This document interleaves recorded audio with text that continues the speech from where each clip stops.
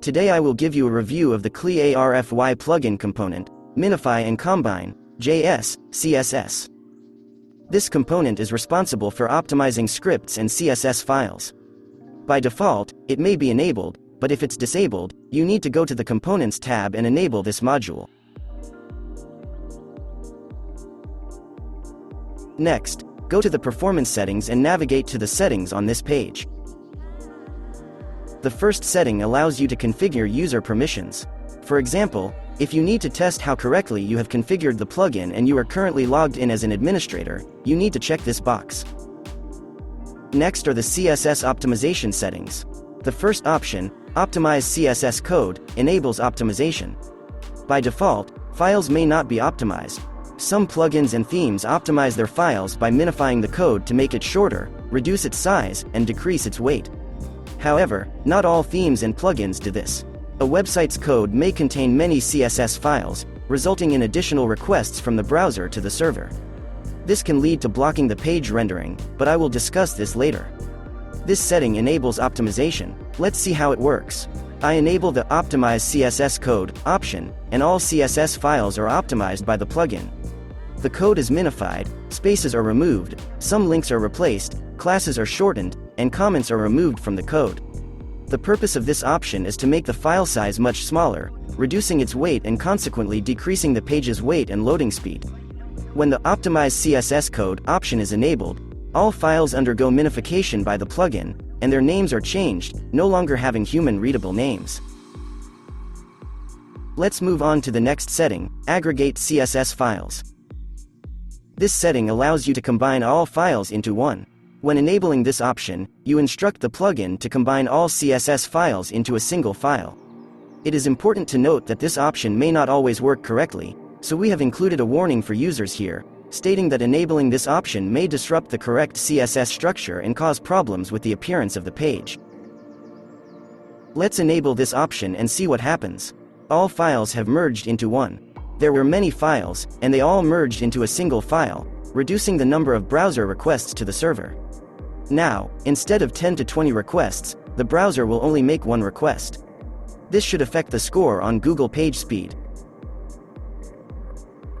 However, there are some files that were not included in optimization and aggregation.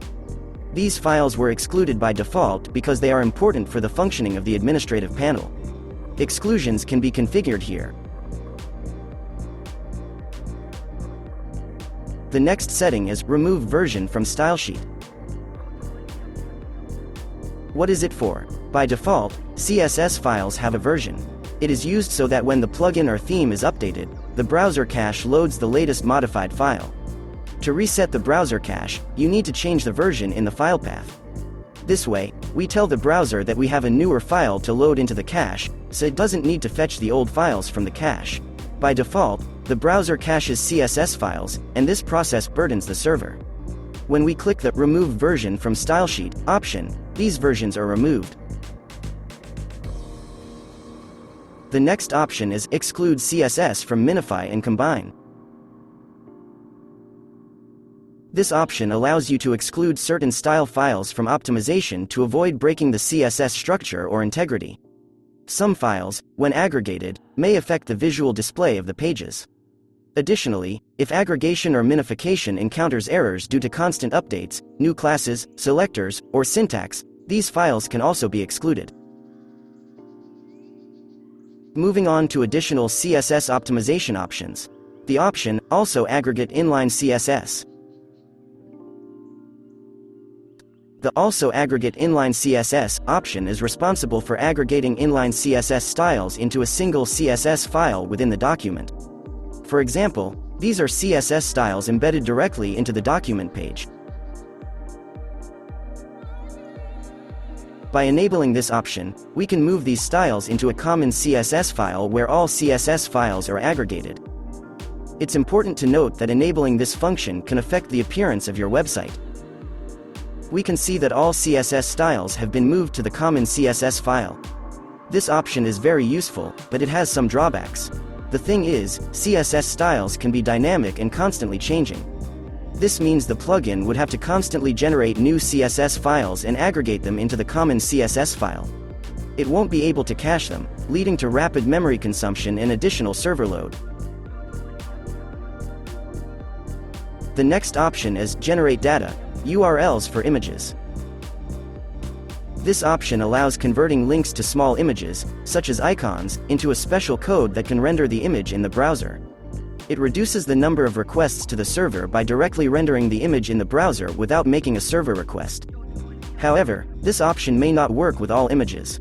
Some images are referenced in the CSS file, and this option only processes images in the source code.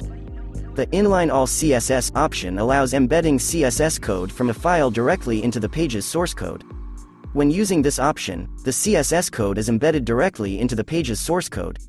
This option eliminates the need to make requests to the CSS file, reducing the number of requests and speeding up page loading. However, one side effect is that the CSS code can become quite large, increasing the page's weight, which may not be ideal for SEO purposes. The critical CSS files and critical CSS code options are necessary for generating pre-rendered page layouts. Let me give you an example. I tested a website on GTmetrix and noticed that the page rendering starts only at the 4th second, which is very poor. Users might think something is wrong with the site and simply leave. On the mobile version, the loading time could be even longer. When we use the critical CSS option, the file containing critical styles is loaded first to form the page outline within the 1st second. This reassures the user that everything is fine, and the page is loading. Only after that, the entire page is loaded. To use this option, you need to specify the path to the file separated by commas. Similarly, you can use the critical CSS code option by inserting the necessary code into the corresponding field. Now, this code will always be executed at the top of the page.